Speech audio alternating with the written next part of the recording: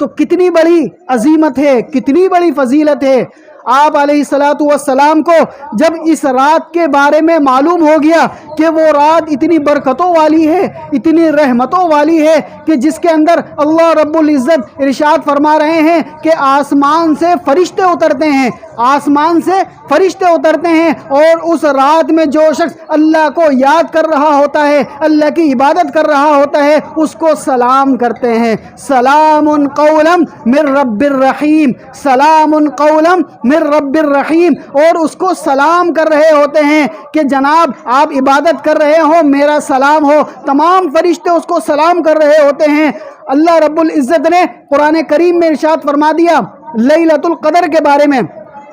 کہ خیر من الف شہر تنزل الملائکۃ والروح فیہا باذن ربہم من کل امر سلام سلام سلام یہ حتی مطلع الفجر، یہاں تک کہ فجر تک وہ فرشتے سلام کہہ رہے ہوتے ہیں۔ یہاں پر علماء کرام فرماتے ہیں کہ یہاں پر روح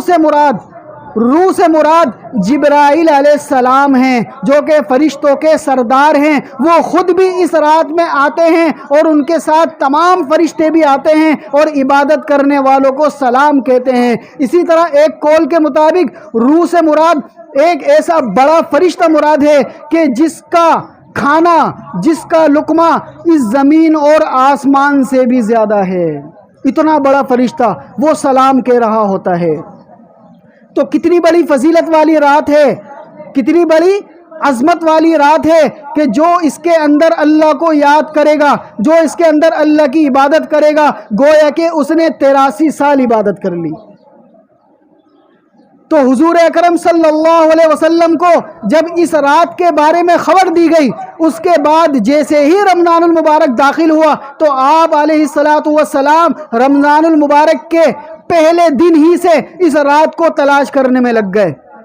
پہلا رمضان آیا، رات کو جاگ رہے ہیں، رات کو دیکھ رہے ہیں کہ شاید لیلۃ القدر آج مل جائے۔ اسی طرح پہلا عشرہ گزر گیا، نہیں ملی، دوسرا عشرہ لگ گیا، دوسرے عشرے میں بھی تلاش کر رہے ہیں کہ شاید آج کے دن لیلۃ القدر مل جائے۔ تو جبرائیل علیہ السلام کو اللہ رب العزت نے بھیج دیا اور فرمایا اے میرے محبوب، اس لیلۃ القدر کو نہ پہلے عشرے میں ڈھونڈو نہ دوسرے عشرے میں ڈھونڈو، بلکہ وہ تو رمضان کے آخری عشرے میں ہے،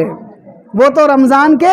آخری عشرے میں ہے۔ تو آپ علیہ الصلوۃ والسلام کو وہ لیلۃ القدر بتا دی گئی تھی، وہ لیلۃ القدر بتا دی گئی تھی۔ آپ علیہ الصلوۃ والسلام اپنے امت، اپنے صحابہ کو بتانے کے لیے آ رہے تھے کہ مسجد کے اندر دیکھا کہ دو صحابہ کرام آپس میں کسی بات پر گفتگو فرما رہے ہیں اور آپس میں کسی بات پر ایک دوسرے سے لڑ رہے ہیں۔ مسجد کے اندر دو صحابہ کرام کسی مسئلے پر بات کر رہے ہیں اور ایک دوسرے سے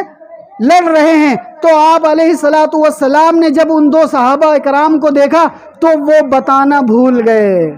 وہ بتانا بھول گئے۔ اب ان کو معلوم نہیں، اب ان کو یاد نہیں رہا کہ 21ویں شب تھی، 23ویں شب تھی، 27ویں شب تھی، 29ویں شب تھی، 25ویں شب تھی، کون سی شب تھی؟ وہ ان دو مسلمانوں کے آپس میں نا اتفاقی کی وجہ سے، لڑائی کی وجہ سے وہ بھلا دی گئی۔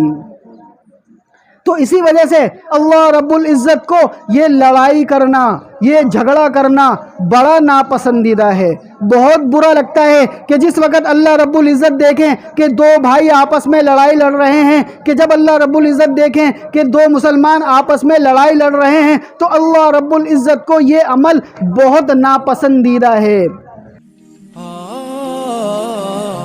درس قرآن، درس حدیث، اصلاحی بیانات، فقہی مسائل اور وظائف کے لیے مفتی ابو بکر انصاری کے چینل کو سبسکرائب